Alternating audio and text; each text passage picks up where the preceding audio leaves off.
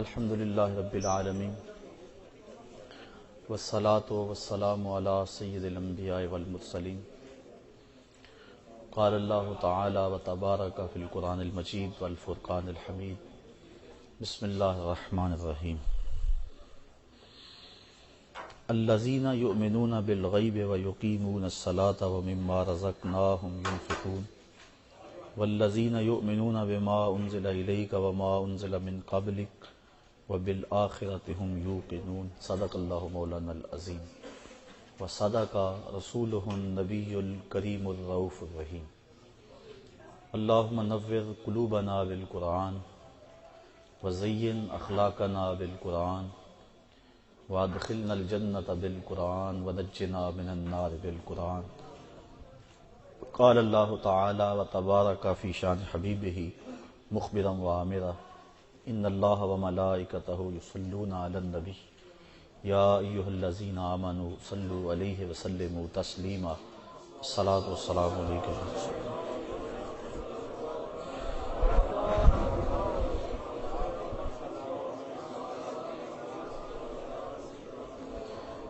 الصلاۃ والسلام علیک یا رسول اللہ وعلی آلک واصحابک یا محبوب رب العالمین۔ تمام حمد و ثنا، تعریف و توصیف اللہ جل مجدہ الکریم کی ذات پاک کے لیے، جو خالق کائنات بھی ہے اور مالک شش جہات بھی۔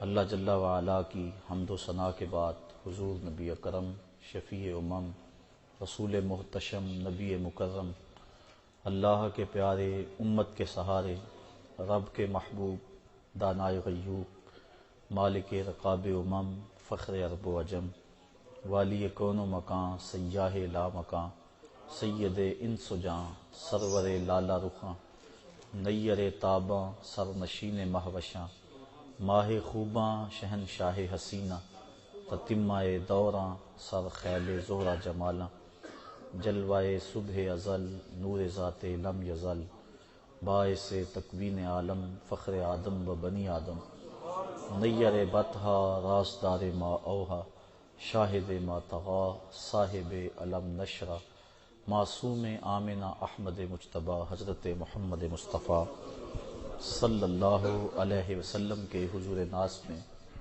اپنی عقیدتوں، ارادتوں اور محبتوں کا خراج پیش کرنے کے بعد، واجب الاحترام ذوی الاحتشام برادران اسلام، السلام علیکم ورحمۃ اللہ وبرکاتہ۔ قرآن مجید متقیوں کے لیے سراپا ہدایت ہے۔ متقی کون ہیں؟ اللہ تعالیٰ جل شانہ نے قرآن مجید کے اندر متقین کی صفات بیان فرمائیں۔ ان کی خوبی تو یہ ہے، الذین یؤمنون بالغیب، وہ بن دیکھے مانتے ہیں۔ دوسری خوبی، وَيُقِيمُونَ الصَّلَاةَ، نماز قائم کرتے ہیں۔ ان دونوں پر مفصل گفتگو پچھلے دروس میں آپ سماعت کر چکے۔ متقیوں کی تیسری خوبی، وَمِمَّا رَزَقْنَاهُمْ يُنْفِقُونَ، ہم نے جو ان کو عطا کیا وہ اس سے خرچ کرتے ہیں۔ کس سے خرچ کرتے ہیں؟ جو ہم نے ان کو دیا۔ مالک کی کیسی کرم نوازی، خود دے کر، عطا کر کے پھر کہتا ہے مجھے قرض دے دو، اور پھر اگر تم مجھے دو گے تو میں اس کے بدلے میں تجھے کئی گنا عطا کروں گا۔ کیسا سودا ہے اور کتنا نفع بخش سودا ہے۔ متقیوں کی یہ صفت بیان فرمائی گئی کہ وہ اللہ کی راہ میں خرچ کرتے ہیں اس کے دیے ہوئے سے۔ قاضی بیضاوی رحمۃ اللہ تعالی علیہ فرماتے ہیں کہ یہاں صرف مال ہی مراد نہیں ہے، راہ خدا میں صرف مال خرچ کرنا ہی مراد نہیں، بلکہ جو بھی انہیں دیا گیا، وہ علم ہے تو علم بانٹتے ہیں، وہ روحانیت ہے تو روح کا نور بانٹتے ہیں، جو صلاحیتیں ان کو دی گئیں اس کو راہ خدا میں خیرات کرتے ہیں، لٹا دیتے ہیں، تو جو راہ خدا میں خرچ کیا جائے خرچ کرنے سے کم نہیں ہوتا۔ عقل انسانی کہتی ہے کہ اگر تم مال راہ خدا میں دو گے تو کم ہو جائے گا، لیکن اللہ تعالیٰ غنا کا وعدہ دیتا ہے کہ تم میرے راستے میں دو گے تو میں اور بڑھا دوں گا۔ تو جن کو اس کے وعدے پہ یقین ہے تو وہ راہ خدا میں لٹاتے رہتے ہیں، اور لٹانے سے کبھی کم نہیں ہوا۔ میں مثال دیا کرتا ہوں کہ پرانے دور میں پانی نکالنے کے لیے کنویں ہوا کرتے تھے، بعد میں مختلف ذرائع پانی کو نکالنے کے لیے آ گئے، ہینڈ پمپ آ گئے، ٹیوب ویل آ گئے۔ اب وہ جو پرانے کنویں تھے ان کو کسی نے بند نہیں کیا، لیکن آج اگر کہیں جا کے کوئی کنواں پرانا موجود ہو کسی بستی میں، آپ جا کے دیکھ لیں، ایک تو ان کا پانی بہت گہرا ہے، دوسرا اگر نکالو گے تو متعفن اور بدبودار ہے۔ اس کو کسی نے بند نہیں کیا تو وہ خود بخود پانی رک کیوں گیا اور خود وہ متعفن اور بدبودار کیوں ہو گیا؟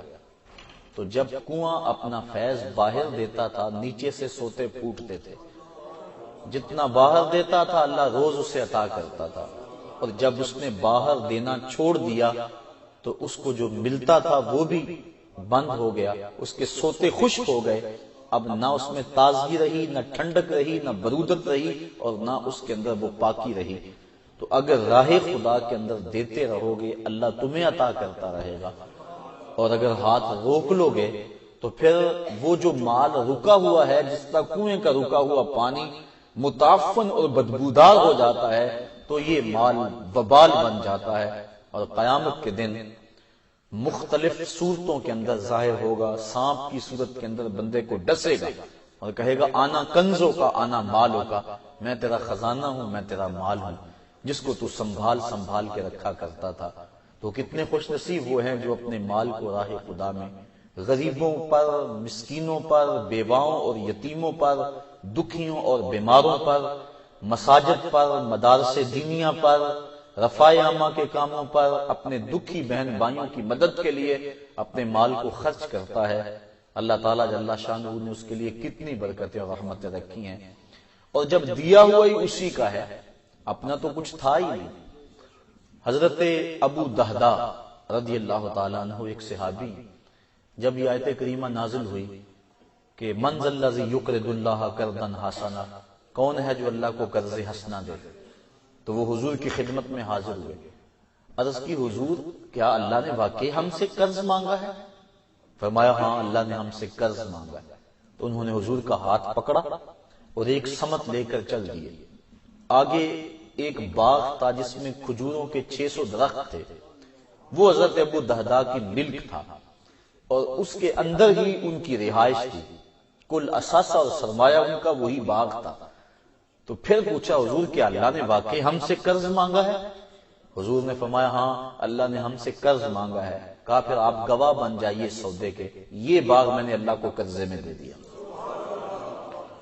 اور اب اس باغ کے اندر داخل نہیں ہو رہے، بلکہ باہر کنارے پہ کھڑے ہو کے اپنے بچوں کو اور اپنی بیوی کو آواز دیتے ہیں یا ام دہدا، اے دہدا کی امی، بچوں کو لے کر جلدی باہر آ جا، یہ باغ اب ہمارا نہیں رہا، میں نے اللہ کو دے دیا۔ اب وہ پاک باز خاتون، اس کا جذبہ دیکھیے، اس نے جلدی جلدی سامان سمیٹا، جلدی جلدی بچوں کو لیا اور باغ سے باہر آ رہی ہے۔ یہ نہیں کہتی کہ ابو دہدا تم نے کیا کیا، یہی تو ہمارا کل سرمایہ تھا، اب کہاں جائیں گے، بلکہ اس کے لبوں کے اوپر یہ لفظ تھے رابحہ بیعو کا یا ابا دہدا، رابحہ بیعو کا یا ابا دہدا، دہدا کے ابو تو نے بڑا نفع والا سودا کر لیا، تو نے بڑا نفع والا سودا کر لیا۔ تو یہ اہل تقوی کی صفت ہے کہ وہ راہ خدا میں خرچ کرتے ہیں، اور راہ خدا میں خرچ کر کے اگر خوشی ہو تو یہ علامت ہے تقوی کی۔ بعض وقت مجبوراً خرچ کرنا پڑ بھی جاتا ہے، ریا کے لیے، نمائش کے لیے، لیکن وہ جو اللہ کی راہ میں خرچ کرتے ہیں محض اللہ کی رضا کے لیے، اور جب اللہ کی رضا کے لیے خرچ کیا جائے تو پھر قلب کو فرحت ملتی ہے، اور خصوصاً جب انسان پوشیدگی سے خرچ کرتا ہے۔ یہ بات ذہن میں رکھیں، راہ خدا میں پوشیدگی سے خرچ کرنے کا بھی حکم ہے اور اعلانیہ خرچ کرنے کا بھی حکم ہے۔ لیکن جہاں کسی شخص کی عزت نفس کا سوال ہو وہاں خفیہ خرچ کرنا اعلانیہ خرچ کرنے سے کئی درجے فضیلت رکھتا ہے، اور جہاں ترغیب مقصود ہو وہاں اعلانیہ خرچ کرنا زیادہ فضیلت رکھتا ہے۔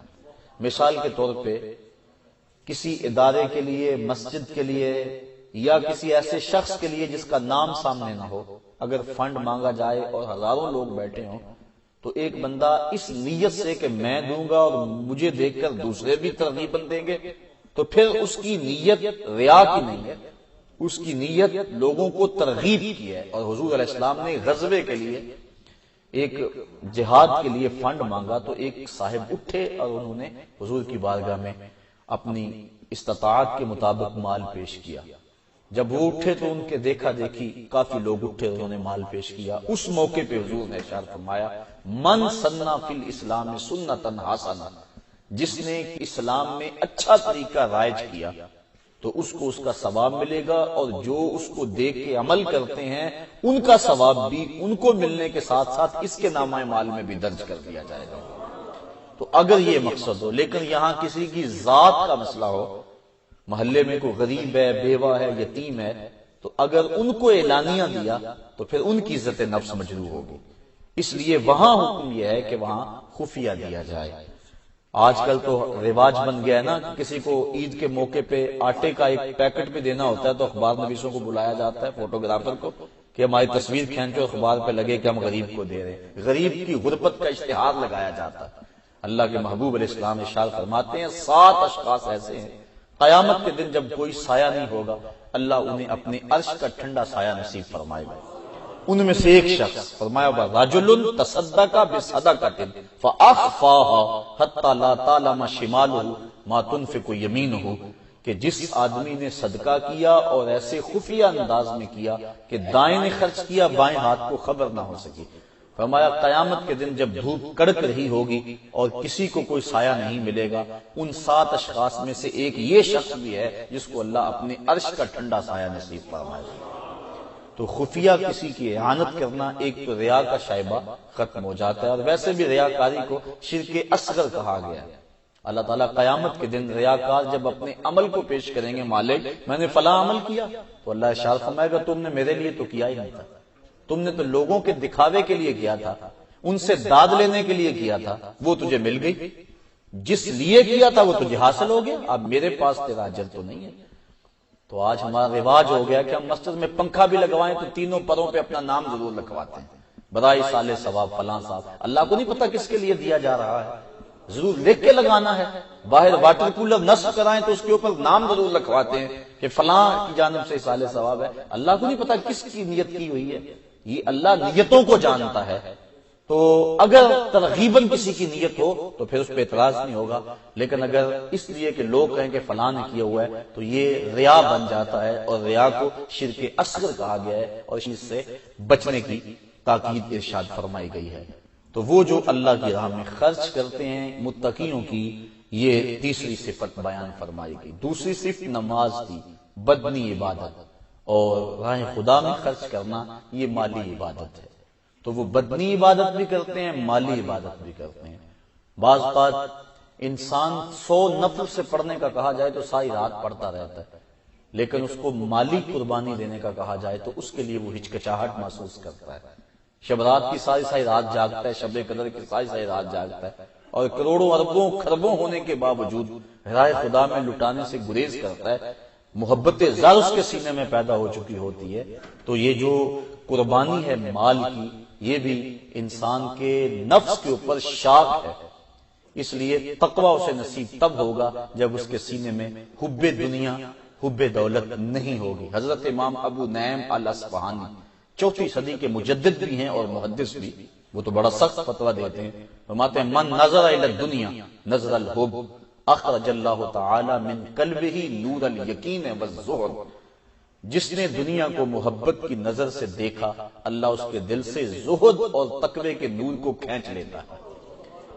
تو جس کا اڑنا بچھونا ہی دنیا بن جائے، جو شب و روز رہے ہی اسی ادھیڑ بن میں، 2 اور 2 4 کے چکر میں بس ہم ہر وقت پڑے رہتے ہیں، اللہ کے دیے پہ راضی نہیں رہتے، اس کو دینا تو دور کی بات، اس کی راہ میں آج کل بڑا مسئلہ چل رہا ہے کہ پیسے ڈبل ہو رہے ہیں، اور ہر بندہ اس بات سے کہ یہ کتنا شدید ترین گناہ ہے، سود کا ایک درہم 70 مرتبہ زنا کرنے سے بھی بدتر ہے، لیکن ہم نے کبھی اس کی پرواہ نہیں کی، بس مال ڈبل ہو جانا چاہیے اور شب و روز اس کے لیے، حالانکہ فرمایا سود دینے والا، سود لینے والا، سود لکھنے والا، سود کی رقم میں گواہ بننے والا سب برابر ہے۔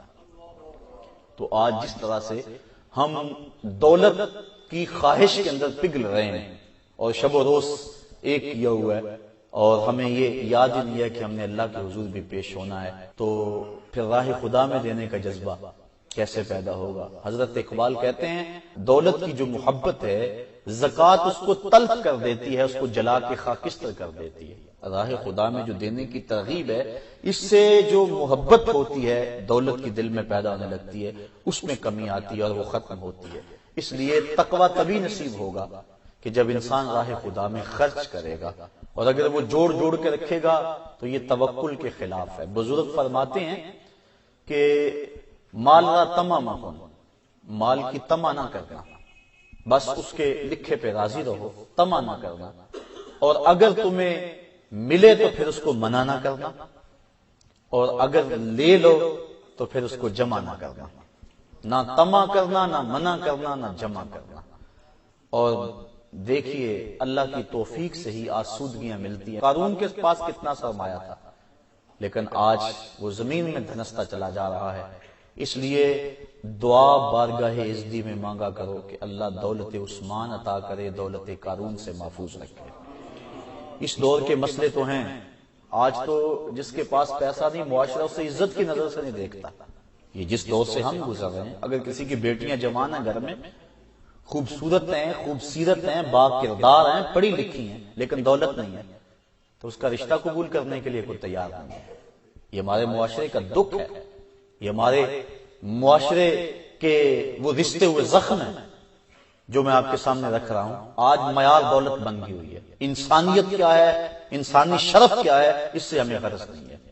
اس لیے دوڑ لگی ہوئی ہے کہ جب عزت ملتی یہاں سے ہے، پیر صاحب بھی دولت سے راضی ہوتے ہیں، مولوی صاحب بھی دولت سے راضی ہوں گے، اولاد بھی دولت سے راضی، بیوی بھی دولت سے راضی، ہر شے دولت سے ہی حاصل ہوتی ہے، تو پھر دوڑ لگ گئی اور اچھے برے کی تمیز ختم ہو گئی اور دولت ہی معیار شرافت قرار پایا۔ تو بہرحال اللہ تعالیٰ جل شانہ کی بارگاہ سے آسودگی مانگنی چاہیے، دولت ضرور مانگیں، لیکن ساتھ یہ اللہ کی بارگاہ میں ضرور کریں مالک دولت عطا فرما، لیکن دولت قارون نہ بلکہ دولت عثمان عطا فرما دے، جو راہ خدا میں لوٹانے کی جذب سرشار رہے اور دولت کی محبت دل میں جاگزین نہ ہو۔ متقین کی یہ دوسری صفت ہے۔ تیسری صفت کہ وہ اللہ کی راہ میں جو اللہ نے اسے عطا کیا سو خرچ کرتے ہیں۔ والذین یؤمنون بما انزل الیک وما انزل من قبلک، اور اے حبیب جو آپ پر نازل ہوا اس پر بھی اور آپ سے قبل جو نازل ہوا اس پر بھی ایمان لاتے ہیں۔ پھر دیکھیں مانتے ہیں ایک صفت ان کی ہے، دوسری صفت ان کی ہے نماز قائم کرتے ہیں، اور تیسری صفت ان کی اللہ کے دیے ہوئے سے خرچ کرتے ہیں، اور چوتھی صفت والذین یؤمنون بما انزل الیک، آپ پر جو بھی نازل کیا گیا، یہاں صرف قرآن نہیں کہا گیا بلکہ جو بھی نازل کیا گیا وہ وحی خفی ہے یا وحی جلی ہے، وحی مطلوب ہے یا غیر مطلوب ہے، وہ قرآن ہے یا حدیث ہے۔ حضور نے ارشاد فرمایا کہ قرب قیامت میں لوگ کہیں گے، نسائی شریف کی روایت ہے کہ حلال وہی ہے جو اللہ نے حلال کیا، حرام وہی ہے جو اللہ نے حرام کیا۔ فرمایا انما اوتیت القرآن ومثلہ معہ، مجھے قرآن بھی دیا گیا اور قرآن جتنے اور علم بھی میرے سینے میں رکھے گئے، اور جس کو میں حرام قرار دے دوں وہ اللہ تعالیٰ کا حرام قرار دیا ہوا ہے، اور جس کو میں حلال قرار دے دوں وہ ایسی ہے جس کا اللہ نے حلال قرار دیا۔ اس لیے صرف قرآن مجید پہ ایمان کی تاکید نہیں ہے، اور متقیوں کی صفات بیان کرتے ہوئے یہ نہیں کہا کہ وہ قرآن کو مانتے ہیں، کہا اے حبیب آپ کی زبان سے جو بھی نکلا، جو بھی آپ پہ نازل ہوا، سب کو مانتے ہیں، تیری زبان کے ایک ایک لفظ پہ یقین رکھتے ہیں۔ اور آقا کریم علیہ السلام نے ارشاد فرمایا میری زبان سے حق کے علاوہ کچھ نہیں نکلتا۔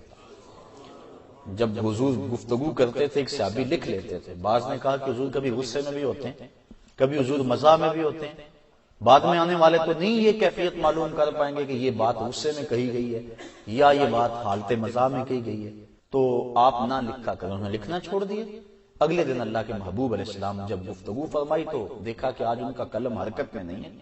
فرمایا لکھتے نہیں ہو؟ عرض کی حضور مجھے روک دیا گیا کہ حضور کبھی غصے میں ہوتے ہیں، کبھی حضور مزاح میں ہوتے ہیں، اور تم لکھ لیتے ہو، بعد میں آنے والے اس کا ادراک نہیں رکھ پائیں گے۔ آقا کریم علیہ السلام نے فرمایا اکتب فوالذی نفسی بیدہ ما خرج منی الا الحق، فرمایا لکھو مجھے قسم ہے اس رب کی جس کے قبضے میں میری ذات ہے، میری زبان سے حق کے علاوہ کچھ نہیں نکلتا۔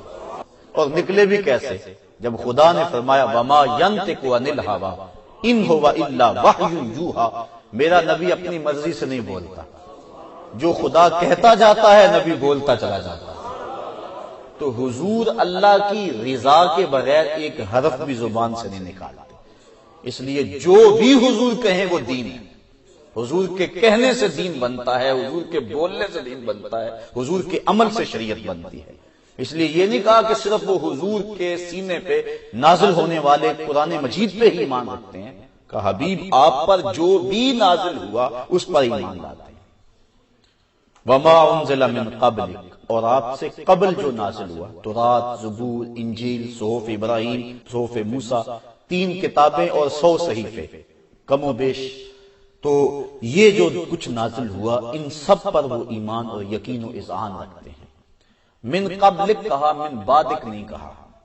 معلوم ہوا کہ حضور کے بعد کوئی نبی نہیں آنا تھا، حضور کے بعد کوئی رسول اور پیغمبر نہیں آنا تھا، اس لیے کہا جو آپ سے قبل نازل ہوا اس پہ یقین رکھتے ہیں، اس پہ ایمان لاتے ہیں۔ اور بعدک نہیں کہا تو حضور کی ختم نبوت پر یہ بہت بڑی دلیل ہے کہ اللہ تعالیٰ نے کہا وہ متقی وہ ہیں جو آپ پر جو نازل ہوا اس پر ایمان لاتے ہیں، اور آپ سے قبل جو نازل ہوا اس پر ایمان لاتے ہیں۔ حضور سے قبل جتنی بھی کتابیں نازل ہوئیں ہمارا یقین ہے وہ اللہ کی سچی کتابیں ہیں، تورات، زبور اور انجیل اور باقی صحیفے، وہ حضرت موسیٰ علیہ السلام پہ اترے، حضرت شیس علیہ السلام پہ اترے، حضرت ابراہیم علیہ السلام پہ اترے، اور دیگر انبیاء علیہ السلام پہ جو صحائف وقتاً فوقتاً نازل ہوتے رہے، وہ اب ہمارے پاس وہ موجود نہیں ہیں۔ اور جو انجیل، زبور یا تورات مختلف کتابیں جو موجود بھی ہیں وہ اپنی اصلی صورت میں موجود نہیں ہیں، بلکہ ان کے اندر تحریف ہو گئی ہے۔ یہود و نصارہ نے ان کے اندر کمی بیشی کی ہے، اپنی خواہشات نفس کو شامل کر دیا ہے۔ اللہ کی وہ سچی کتابیں تھیں لیکن انہوں نے اپنی خواہشات کو گھسیڑ دیا اس کے اندر، اور اس کی آیات کے اندر تبدیلی کی۔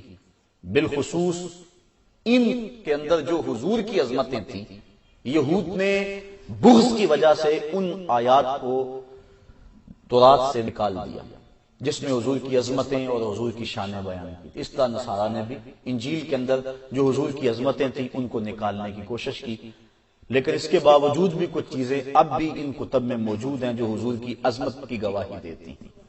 ہمارا یقین ہے کہ ان کتابوں میں جو بھی اللہ کا کلام ہے اور اس سے جو نکال دیا گیا سب پہ ہم یقین رکھتے ہیں۔ ایمان ہمارا ہے لیکن عمل ہمارا صرف قرآن پہ ہوگا۔ ہمارے لیے اسلام ما قبل جملہ دیان کا ناسخ اور قرآن جملہ کتب کا ناسخ، اس لیے ان کو سچا ماننے کے باوجود ہمارا عمل قرآن مجید پہ ہوگا۔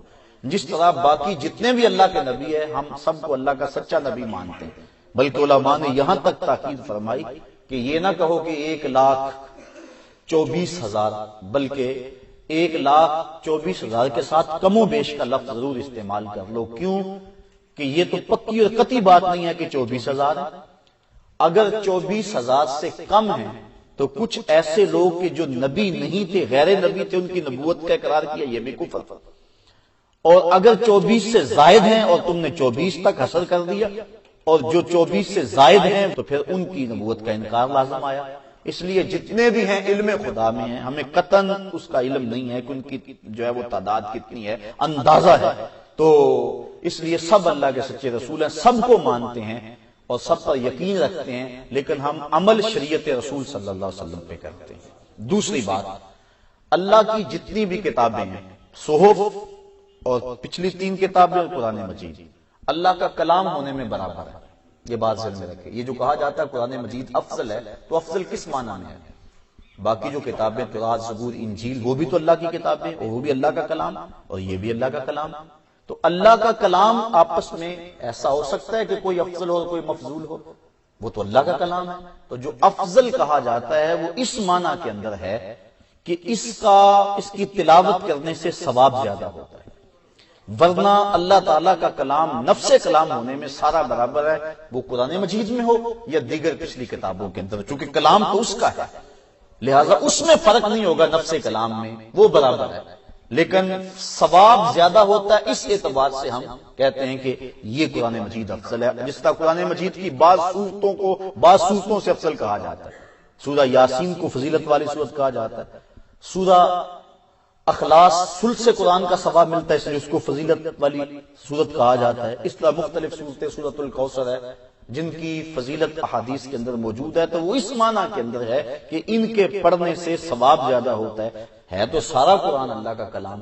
اسی طرح ساری کتابیں اللہ کا کلام، لیکن فضیلت جو ہے وہ قرآن مجید کو اس معنی کے اندر ہے کہ اس کی تلاوت کرنے سے وہ زیادہ ثواب نصیب ہوتا ہے. نفس کلام ہونے میں ساری کتابیں اللہ کی برابر ہیں، اور ہم اس بات پہ یقین رکھتے ہیں. جس طرح ہم نبیوں کو ماننے کے بارے میں کہتے ہیں لا نفرق، ہم رسولوں میں سے کسی میں تفریق نہیں کرتے، تو وہاں بھی ماننے میں ہے کہ نفس ایمان میں کسی میں ہم تفریق نہیں کرتے. یعنی جس طرح حضور کو اللہ کا نبی مانتے ہیں، اس سے قبل جتنے بھی نبی ہوئے ہیں ان کو ماننے کا یقین بھی ایسے ہی ہے جس طرح حضور کو ماننے کا یقین ہے. یعنی اس میں ادنا بھی فرق نہیں ہے کہ کسی کو کم مانتے ہوں یا کسی کو زیادہ مانتے ہوں. ماننے میں ہم تفریق نہیں کرتے. آگے ان کی عظمتیں اور ان کی شانیں وہ قرآن نے بیان کر دی کہ تلک الرسل فضلنا بعضهم على بعض منهم من کلم اللہ ورفع بعضهم درجات. اللہ اکبر. کہا کہ یہ رسول ہم نے ایک دوسرے پہ فضیلت دی. کچھ تو ایسے ہیں کہ جن سے اللہ نے کلام کیا، اور کچھ ایسے ہیں جو فضیلتوں میں سب سے آگے بڑھ گئے. تو اللہ کی تمام کتابوں پہ یقین رکھتے ہیں جو حضور سے قبل نازل ہوئے، یہ متقیوں کی صفت ہو. وما انزل من قبلک، حبیب جو آپ سے پہلے کتابیں نازل ہوئیں، پہلے جو کچھ نازل ہوا، من بعدک نہیں کہا گیا. اب ایک اور سوال، اور وہ یہ کہ پچھلی کتابیں تورات ہے، زبور ہے یا انجیل، سب اللہ کی کتابیں ہیں. اللہ نے ان کی حفاظت اپنے ذمہ کرم پہ نہیں لی، اور قرآن مجید کی حفاظت اپنے ذمہ کرم پہ لی. کیوں؟ آخر وہ بھی تو اللہ کی کتابیں تھیں، وہ بھی تو اس کا مقدس کلام تھا، وہ بھی تو اسی نے نازل کیا.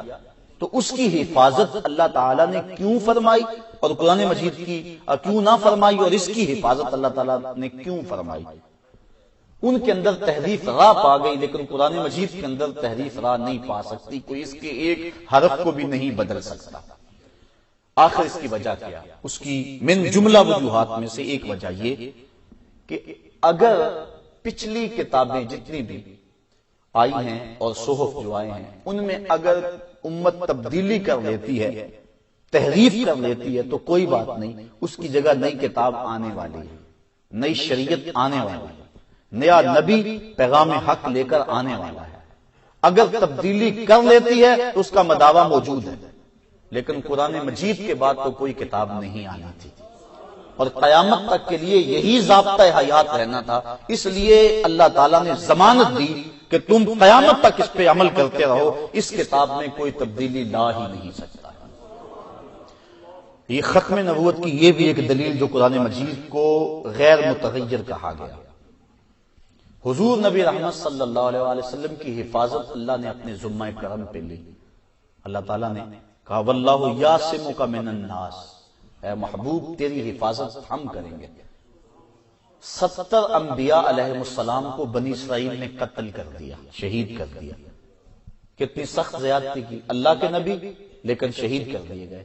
حضور علیہ السلام کی حفاظت اللہ نے اپنے ذمہ کرم پہ لے لی کہ محبوب نہیں، تمہاری حفاظت ہمارے ذمہ کرم پہ ہے. اللہ اکبر. اور پھر جس کی حفاظت اللہ کے ذمہ کرم پہ ہو، فانوس بن کے جس کی حفاظت ہوا کرے، وہ شمع کیا بجھے جسے روشن خدا کرے. تو کیسے اس چراغ کو بجھایا جا سکتا ہے؟ تو پچھلے انبیاء علیہ السلام کی حفاظت کا اس طرح ذمہ اللہ تعالیٰ نے کیوں نہ لیا اور حضور کا کیوں لیا؟ اس کی بھی یہی وجہ ختم نبوت کی دلیل ہے کہ پہلے انبیاء علیہ السلام اللہ کے دین کی تکمیل کے لیے اور دین کی تبلیغ کے لیے آئے تھے، اور اگر کوئی نبی شہید ہو جاتا ہے تو اس کی جگہ دوسرا نبی آ کے اس مشن کو آگے بڑھائے گا۔ اب حضور کے بعد تو کوئی نبی آنے والا نہیں ہے، اس لیے اللہ نے اپنے محبوب کی حفاظت، جس طرح قرآن کی حفاظت اپنے ذمہ کرم پہ لی، اپنے محبوب کی حفاظت بھی اپنے ذمہ کرم پہ لی کہ اے محبوب آندھیاں چلیں، طوفان آئیں، جو مرضی ہو، تیرا کوئی بال بھی بیکا نہیں کر سکتا، اس لیے کہ تجھ سے دین کی تکمیل ہونی ہے اور میری توحید کا غلغلہ اور چرچا ہونا ہے پوری کائنات کے اندر، اس لیے میں تیری حفاظت اپنے ذمہ کرم پہ لیتا ہوں۔ یہاں ایک اور حساس مسئلہ عرض کر کے آج کی گفتگو کو ختم کرنا چاہوں گا، چونکہ یہ بات ختم نبوت پہ آ گئی ہے اور یہ ساری باتیں آپ سمجھ رہے ہیں، اور یہ بات آخری عرض کر کے میں آپ سے اجازت چاہوں گا۔ اللہ تعالیٰ کے محبوب حضور نبی رحمت صلی اللہ علیہ وسلم نے 40 سال تک اعلان نبوت نہیں کیا، اس کے بعد حضور نے اعلان نبوت کیا۔ حضور سے قبل جو انبیاء علیہ السلام آئے، حضرت عیسیٰ علیہ السلام نے آغوش مادر میں کہہ دیا انی عبد اللہ آتانی الکتاب وجعلنی نبیہ، میں اللہ کا بندہ ہوں، اللہ نے مجھ کو کتاب بھی دی ہے اور نبی بنا کر مبعوث کیا ہے۔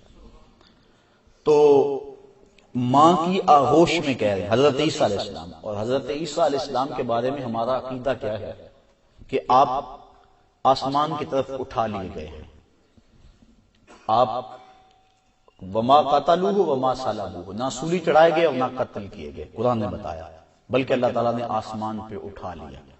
قرب قیامت میں حضرت عیسیٰ علیہ السلام تشریف لائیں گے، شادی فرمائیں گے، اولاد ہوگی، یہودیوں عیسائیوں کے ساتھ جنگ کریں گے، صلیب کے نشان کو توڑیں گے، عساکر اسلامیہ کی قیادت کریں گے، یہودیوں کو قتل کریں گے، عیسائیوں کو قتل کریں گے، اللہ تعالیٰ اسلام کو فتح دے گا، اتنی کامیابی ہوگی کہ کوئی یہودی زندہ نہیں بچے گا، یہاں تک کہ اگر کسی پتھر کی اوٹ میں چھپ جائے گا، کسی جھاڑی کے پیچھے کوئی یہودی چھپ جائے گا تو وہ جھاڑی اور پتھر بول کے گواہی دیں گے، مسلمان مجاہد کو پکار کے اس کا پتہ دیں گے، ادھر آؤ میرے پیچھے یہ چھپا ہوا ہے، اور پھر اسلام کا غلبہ ہوگا اور پوری دنیا پہ اسلام کا ہی چرچا ہوگا اور روشنی اور اجالا پھیل جائے گا، امن قائم ہوگا پوری دنیا کے اوپر۔ تبھی حضرت عیسیٰ علیہ السلام کا انتقال ہوگا، اور پھر حضور علیہ السلام کے گنبد خضرا میں حضور کے قدموں کی جانب خالی قبر موجود ہے جو حضرت عیسیٰ علیہ السلام کے لیے مخصوص ہے، حضور کے قدموں میں دفن ہوں گے۔ اور ایک روایت کے مطابق امام سیوطی نے بھی لکھا، اور امام سیوطی وہ بزرگ ہیں جن کو 72 مرتبہ عالم بیداری میں حضور کا دیدار نصیب ہوا، انہوں نے الخصائص الکبریٰ کے اندر روایت نقل کی ہے کہ حضرت عیسیٰ علیہ السلام جب آئیں گے تو حضور کی قبر کے پاس آ کے کھڑے ہوں گے اور کیا کہیں گے؟ آ کے پھر حضور کو ندا دیں گے اور حضور کو پکاریں گے، یا محمد کہیں گے۔ حضور فرمایا والذی نفسی بیدہ، مجھے قسم ہے اس رب کی جس کے قبضے میں میری جان ہے، جب حضرت عیسیٰ علیہ السلام آ کے مجھے قبر کے پاس کھڑے ہو کے مجھے پکاریں گے، لَأَجِیبَنَّهُ، تو میں قبر سے حضرت موسیٰ کو جواب دوں گا۔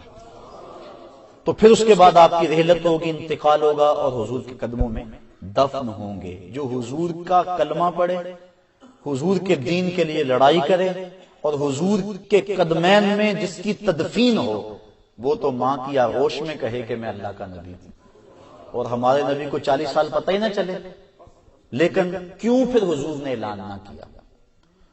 ولی کے اوپر یہ ہے کہ وہ اپنی ولایت کو چھپائے، اور جو نبی ہے اس کے اوپر لازم ہے کہ وہ اپنی نبوت کا اظہار کرے، لازم ہے اس کے اوپر، چونکہ اس کے اوپر واجب ہے تبلیغ کرنا۔ تو اللہ کے محبوب علیہ السلام 40 سال تک اعلان نبوت کیوں نہیں کیا؟ اور حضور سے پوچھا بھی گیا، ترمذی کے لفظ ہیں، عرض کی کہ حضور متا وجبت لک النبوہ، آپ کو نبوت کب ملی؟ فرمایا کنت نبیا وآدم بین الطین والماء، میں اس وقت بھی نبی تھا جب آدم علیہ السلام مٹی اور پانی کے درمیان تھے۔ اور ایک حدیث کے لفظ ہیں کنت نبیا وآدم بین الروح والجسد، جب وہ جسم روح کے مابین تھے اس وقت مجھے نبوت دی گئی۔ اور تیسری حدیث کے لفظ ہیں کنت نبیم و آدم لمنجلد فی طینتہ، میں اس وقت بھی نبی تھا جب ان کا خمیر ابھی تیار ہو رہا تھا۔ اب فرمایا میں اس وقت بھی نبی تھا لیکن اظہار کیوں نہیں ہوا؟ تو آپ کی توجہ چاہوں گا، نقطہ بڑا اہم ہے اور یہ بڑا اہم سوال ہے، اور اس بات پر بڑی گفتگو ہوتی ہے اور بڑی ابحاث ہوتی ہیں کہ 40 سال بعد نبوت ملی۔ تو ایک بات اگر غور سے آپ سن لیں تو میرا خیال ہے اس اشکال کا دفیہ ہو جائے گا۔ اللہ نے نبیوں کو اپنی توحید کے دعوے کو منوانے کے لیے مبعوث کیا۔ ہر نبی کا یہی مقصد ہے کہ وہ اللہ کی توحید کو منوائے اور اللہ کی بندگی کی طرف لوگوں کو بلائے اور لوگوں کا سر مالک کی چوکھٹ پہ جھکائے۔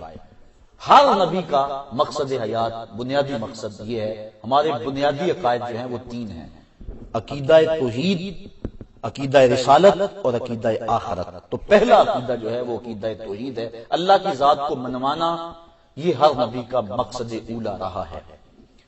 اب اللہ کا ہر نبی اس کے لیے محنت کرتا رہا، قوم نے انکار کیا۔ دیکھیے تھوڑی سی اس کو کھول لیتے ہیں بات کو تاکہ اچھی طرح سمجھ میں آ جائے۔ ایک چیز سامنے موجود ہے، اس کو منوانے کے لیے دلیل کی ضرورت نہیں ہے۔ یہ مائک پڑا ہوا ہے، میں نے یہ منوانی ہے بات، میں آپ کو کہوں گا سامنے ہے، بات ختم۔ اس کے لیے مجھے دلائل کی ضرورت نہیں ہے۔ دلائل اس چیز کے لیے دیے جاتے ہیں وہ جو آنکھوں کے سامنے نہ ہو، اس کے لیے دلائل دیے جاتے ہیں۔ وہ دلائل جو دیے جاتے ہیں وہ 2 طرح کے ہوتے ہیں: دلائل عقلی اور شہادت۔ یعنی کسی چیز کو منوانے کے لیے 2 طرح کے دلائل درکار ہوتے ہیں، یا عقلی دلائل دیے جاتے ہیں یا گواہی پیش کی جاتی ہے۔ مثال کے طور پہ میں کہوں کہ بعض سڑک پہ آگ کا الاؤ روشن ہے، تو اس کے لیے عقلی دلائل کیا ہوگی کہ یہ دیکھو دھواں آ رہا ہے، یہ دیکھو تپش ہے ماحول میں، اس طرح کے دلائل دوں گا، یہ ہیں عقلی دلائل۔ اور گواہی کیا ہے کہ میں کسی شخص کو یہاں بھیجوں اور وہ دیکھ کر آئے، وہ گواہی دے، اس کی گواہی پہ آپ اس بات کو مان لیں، اس چیز کو جو نظروں سے اوجھل ہے۔ اللہ تعالیٰ کی ذات کو منوانا مقصود تھا، عقلی دلائل بے شمار ہیں۔ امام شافعی سے کسی نے پوچھا نا کہ اللہ کے ہونے کی دلیل کیا، تو آپ شتوت کے درخت نیچے بیٹھ کے پڑھ رہے تھے، فرمایا یہی شتوت کا درخت۔ اس نے کہا یہ کیا بات ہوئی، جو سامنے چیز آئی اس کو دلیل کہہ دیا۔ کہا دیکھو شتوت کا درخت ہے، اس کی جڑ کا رنگ اور ہے، چھال کا رنگ اور ہے، پتوں کا رنگ اور ہے، پھل کچا ہو تو رنگ اور ہے، پک جائے تو رنگ اور ہے، پھر اس کا ذائقہ بھی یوں یوں دیکھ لیجئے، اور پھر اسی پتے کو اگر بکری کھائے تو دودھ دیتی ہے، گدھا کھائے تو لید کرتا ہے، شہد کی مکھی چوسے تو شہد دیتی ہے، اور ریشم کا کیڑا چاٹے تو ریشم بنتا ہے۔ میٹیریل ایک ہے، نتائج کئی ہیں۔ کہا دیکھو یہ اللہ کے ہونے پہ دلیل نہیں ہے تو اور کیا ہے؟ کائنات کی ایک ایک چیز، یہ الگ مضمون ہے، الگ مضمون ہے کہ اللہ تعالیٰ پتا پتا تیری ذات کا پتہ دیتا ہے۔ کائنات کی ایک ایک چیز ہم اپنے آفاق اور انفس میں دیکھیں، اندر جھانک کر کے دیکھیں، اپنا نشان انگوٹھا دیکھ لیں، ہم پوری دنیا پہ اربوں انسان بستے ہیں لیکن کسی ایک کی بھی لکیریں نہیں ملتی ہیں۔ کیسا اللہ تعالیٰ نے سسٹم بنایا، اور بہت کچھ ہے، اگر ہم اس پہ بحث کرنے لگیں تو عقل مانتی ہے کوئی ہے، عقل فیصلہ دیتی، حکیم گوئٹے اور حکیم نیٹ سے۔ علامہ اقبال نے ان کے بارے میں بڑی بحث کی، ان کے ضائع ہونے کا انہیں دکھ بھی ہوا۔ ایسے ماحول میں پیدا ہوئے جو خدا کا انکار کرتا ہے، یہ ماحول، لیکن انہوں نے سوچنا شروع کر دیا کسی نبی رسول پیغمبر تک نہیں پہنچے گی، اپنی عقل سے اس بل بوتے پہ پہنچے، اور پیدا ہوئے ماں انکار کرتی ہے کہ اللہ موجود نہیں ہے، سکول گئے استاد انکار کرتا ہے، شادی ہوئی بیوی انکار کرتی ہے، بچے انکار کرتے ہیں، سارے کہتے ہیں اللہ موجود ہو ہی نہیں سکتا، خود بہت ہر شے ماض وجود میں آ گئی ہے۔ اس نے سوچنا شروع کر دیا کہ جب سارے انکار کرتے ہیں ایک ذات کا، کہیں وہ ذات موجود ہی نہ ہو، اور پھر اس نے عقل کے بل بوتے پہ فیصلہ کیا اور اس ماحول میں بغاوت کا اعلان کیا، تم سارے جس خدا کا انکار کرتے ہو میں اکیلا اس کا اقرار کرتا ہوں۔ تو اقبال نے اسی لیے کہا تھا نا قلب قومن دماغش کا فرست۔ تو یہ فطرت ہے انسان کی، دلائل بہت سارے ہیں، کسی چیز کو منوانے کے لیے عقلی دلائل ضرورت ہے۔ میں کہوں کہ باہر آگ جل رہی ہے، مثال میں نے آپ کو دی، ایک طریقہ یہ میں کو یہ دھواں آ رہا ہے، یہ تپش ہے، یہ دلائل ہے، یہ ہے عقلی دلائل۔ اللہ تعالیٰ کی ذات کے لیے عقلی دلائل بہت سارے ہیں، ہر سمت اس کی ذات کے دلیلیں پھیلی ہوئی ہیں، لیکن عقل سے کسی کو خدا ہی مان لیں، اس کے لیے قانون شہادت ہے، گواہی کا قانون۔ اس کی مثال میں آپ کو دینا چاہوں کہ باہر ایک چیز ہے جو آپ نے نہیں دیکھی، میں منوانا چاہتا ہوں۔ میں ایک شخص کو بھیجتا ہوں کہ جاؤ دیکھ کر آؤ باہر آگ چل رہی ہے، وہ جائے اور دیکھ کر آئے، اور میں اس کی گواہی آپ کے سامنے رکھوں، آپ کا اگر ماننے کا پروگرام نہ ہو تو آپ کہیں کہ ہم اسے نہیں مانتے۔ جب گواہ کا انکار کر دیں تو پھر میں نے جو اس سے گواہی دلوانی تھی، گواہی کا پیسے اقرار کیسے ہوگا، کس طرح بات ثابت ہوگی؟ میں پھر دوسرے آدمی کو بھیجوں، تیسرے آدمی کو بھیجوں، چوتھے آدمی کو بھیجوں، 10-20 آدمی بھیجوں، باری باری وہ آ کے گواہی دیں، آپ سب کا انکار کر دیں، تو میرے پاس کیا حل رہ جائے گا کہ میں اس بات کو منوانا ہے؟ میں ایسا کروں گا کہ اس بات کو چھوڑ دوں گا کہ آپ ماننے کو تیار نہیں۔ ویسے ہی میں کسی بندے کے بارے میں رائے لے لوں کہ ان حضرت کے بارے میں آپ کا کیا خیال ہے، اس آپ کے علاقے کسی معتبر شخصیت کا نام لے کے اس کے بارے میں کیا خیال ہے؟ آپ کے جناب یہ تو بڑا معتبر نام ہے، بہت اچھے ہیں، ان کے بارے میں بڑے اچھے الفاظ سے آپ ان کی تعریف کریں، پھر آپ بھول گئے ہوں کہ ان کے بارے میں اتنا کچھ کیوں کہلوایا جا رہا ہے۔ پھر جب آپ تعریف کر کر کے تھک جائیں، پھر میں انہیں عرض کروں حضرت ذرا 2 منٹ کے لیے آپ زحمت کریں اور دیکھ کر آئیں باہر آگ جل رہی ہے کہ نہیں جل رہی۔ وہ جائیں اور پھر پلٹ کے آئیں اور گواہی دیں۔ اب آپ انکار کرنا چاہیں گے بھی تو میں انکار نہیں کرنے دوں گا، چونکہ میں جس کو بھی بھیجتا تھا آپ اس کا انکار کر دیتے تھے، اور پھر میں نے سوچا کہ اب اس بات کو چھوڑو، ایک ایسے آدمی کے بارے میں ان سے پہلے رائے لے لو، جب رائے دے دیں گے تو پھر اس سے گواہی لیں گے۔ اللہ نے اپنی توحید کو منوانے کے لیے نبیوں کو بھیجا، قوموں نے انکار کر دیا، نہیں مانتے، لستا مرسلا، نہیں مانتے، نہیں ہم تجھے، کسی کو پتھر مارے، کسی کو شہید کر دیا، کسی کی تکذیب کی، کسی کو دیوانہ اور مجنون کہا، کسی کو کچھ کہا۔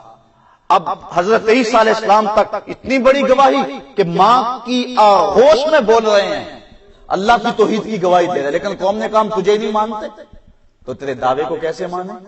اب 600 سال گزر گئے، اب قوم اس قصے کو بھول گئی۔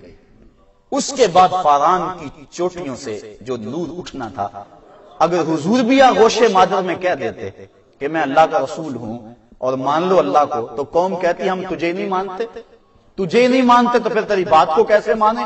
کہا محبوب 40 سال تک تو نہیں بولنا، 40 سال ذرا میں ان سے پوچھ لوں کہ تیرے بارے رائے کیا رکھتے ہیں۔ لوگ کہتے ہیں 40 سال پتہ نہیں چلا تھا، میں کہتا ہوں یہ حوصلہ ہے حضور کا۔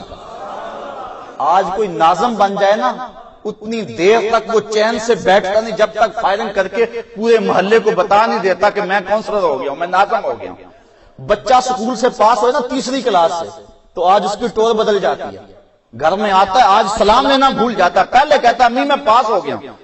اتنا بھی اس سے برداشت نہیں ہوتا، انسان کو جو عزت ملے وہ جلدی جلدی لوگوں تک پہنچا دینا چاہتا ہے۔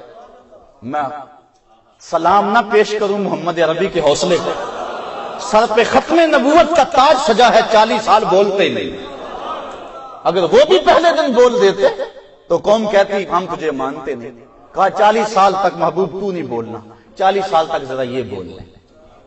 اب انہوں نے کہا تو صادق بھی ہے، تو امین بھی ہے، اپنی امانتیں بھی حضور کے گھر میں رکھتے، اور یہ بات باہر سے آنے والے قافلوں کو بھی کہتے، اپنا اعتماد بحال کرنے کے لیے حضور کے نام کی قسمیں کھاتے۔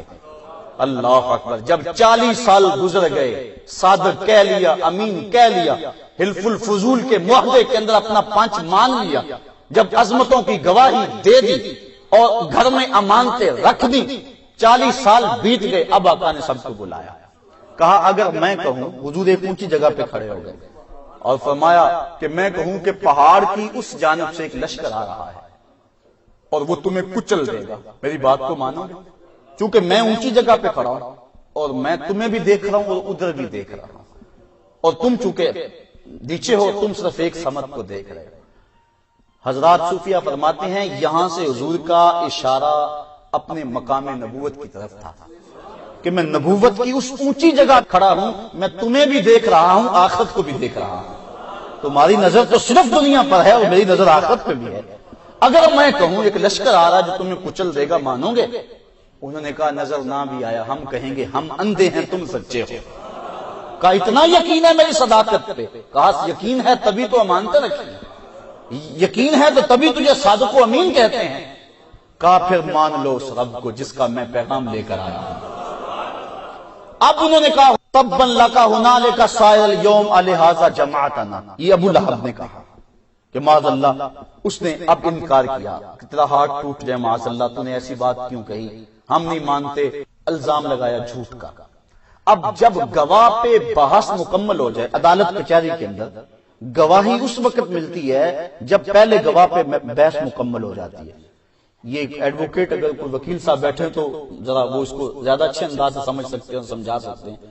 تو گواہ پہ بحث مکمل ہو جائے اس کے بارے میں، جب سب کہہ دیں اس کے بارے میں رائے صحیح ہو جائے، اور اس کے بعد جب وہ گواہی دینے کے لیے آئے تو اب کوئی کہے ہم اس کی گواہی نہیں مانتے، تو عدالت جو ہے وہ اس پہ توہین لگاتی ہے کہ میاں اگر انکار کرنا تھا جب اس گواہ کو بحث کے لیے رکھا تھا اس وقت بات کرتا۔ اب گواہ پہ بحث مکمل ہو گئی، اب موقع گواہی پہ پہنچا، اب تجھے حق نہیں ہوتا، حق کو پہنچ سکتا کہ اب گواہ پہ بات کرے۔ گواہ پہ بات کرنی تھی تو پہلے کرنی تھی، تو عدالت اس کو قدغن لگاتی ہے کہ تجھے اب کوئی حق نہیں، خاموش ہو جا، کہ اب تو نے بات کرنی تھی تو پہلے کہاں گیا تھا جب گواہ پہ بات ہو رہی تھی۔ 40 سال تک اس گواہ پہ بحث ہوتی رہی جو اللہ کی توحید کا گواہ تھا، اور جب بات گواہی پہ آ گئی انہوں نے صادق امین کہہ لیا، اب جب انہوں نے انکار کیا اب توہین عدالت لگی۔ تبت یدا ابی لہب وتب، تیرے دونوں ہاتھ ٹوٹ جائیں، پہلے کہاں گیا تھا؟ پہلے بھی تو گواہ موجود تھا، پہلے اپنی امانت اس گھر میں رکھتا تھا، اب کہتا ہے گواہ نہیں صحیح۔ اگر یہ بات کرنی تھی تو پہلے کرنی تھی۔ نجاشی کے دربار میں جب یہاں قریش کا قافلہ گیا تو آپ تاریخ یاد ہوگی کہ نجاشی نے بھی یہی بات پوچھی تھی۔ قریش کے وفد سے پوچھا بتاؤ جب اس شخص نے اعلان نبوت کیا نہیں تھا اس وقت تمہاری اس کے بارے میں رائے کیا تھی؟ تو انہوں نے کہا ہم صادق اور امین کہتے تھے۔ اس نے کہا اس نے اس دور کے بھی جھوٹ بولا؟ کہا نہیں، کہا جو کل سچا تھا پھر وہ آج بھی سچا تھا۔ تو 40 سال تک جو حضور نے اعلان نبوت نہیں کیا یہ اللہ کی توحید کو منوانے کا پروگرام تھا۔ اب کوئی نہ مانے تو یہ اس کی حق درمی ہے، لیکن حجت پوری ہو گئی، اب گواہی مکمل ہو گئی، اور ایسے گواہ نے گواہی دی جس کو آپ مان چکے ہیں، جس کی تصدیق کر چکے ہیں جو اچھا آدمی ہے، اب اس کے بارے میں کوئی اور پھر اور دیکھیے سارا دن کہتے ہیں اب اعلان نبوت کرنے کے بعد حضور کے پاس نہ جانا، جادوگر ہے، مجنون ہے، معاذ اللہ کیا کیا بولتے ہیں، لیکن اپنی امانتیں حضور کے گھر میں ہیں۔ اور آقا کریم نے ہجرت کی رات کہا اے علی المرتضیٰ میرے بستر پہ لیٹ جاؤ اور ان کی امانتیں دے کے واپس آنا۔ ایک تو یہ بات تھی کہ دنیا کو بتلانا مقصود تھا کہ دیکھو ہماری وفاداری اور ہماری سچائی اور ہماری امانت کی دیانت، اور دوسرا یہ بھی بتلانا مقصود تھا کہ یہ انکار کرتے ہیں، یہ جھوٹا کہتے ہیں، اگر مکے میں اس سے بڑا اور کوئی سچا ہوتا تو ان کی امانتیں اس گھر میں ہوتی، انکار بھی کرتے ہیں، امانتیں بھی اسی گھر میں پڑی ہوئی۔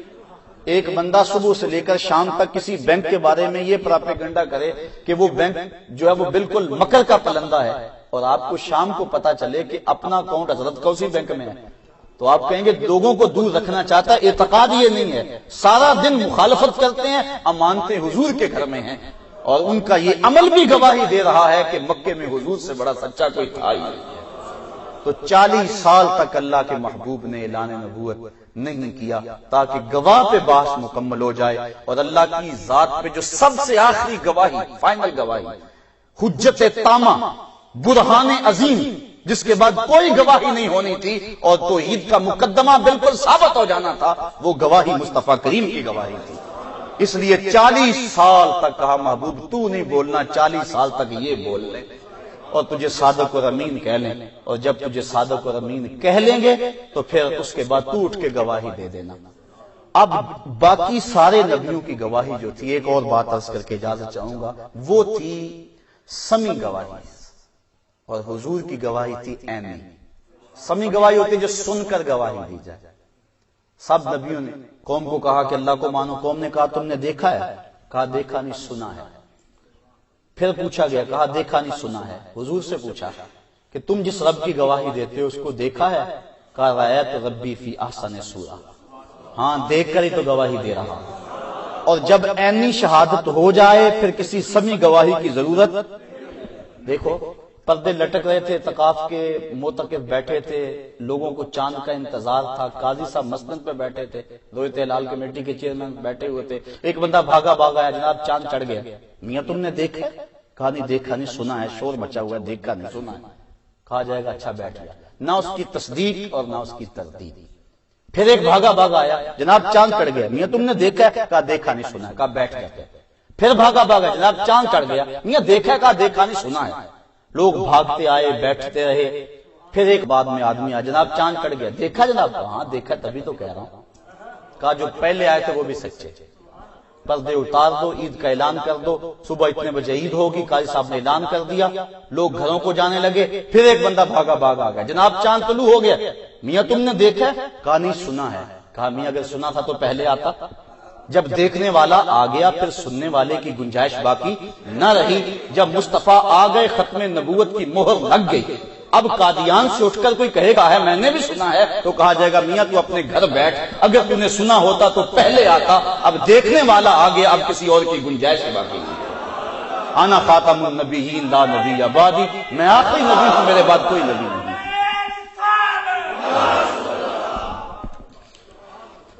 تو اللہ تعالیٰ اپنی رحمتوں کے حصار میں رکھے۔ تو کہا اس پر بھی ایمان لاتے ہیں جو آپ پہ نازل ہوا، اور آپ سے قبل جو نازل ہوا اس پر بھی ایمان لاتے ہیں۔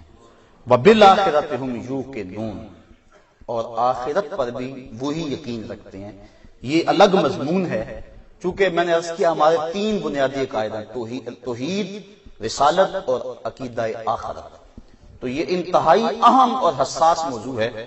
میں چاہوں گا کہ اگلے درس قرآن میں اس عنوان سے کچھ آپ کی گوش گزار کروں، آپ وقت پہ تشریف لائیے گا تاکہ پورا مضمون جو ہے وہ آپ تک منتقل کیا جا سکے۔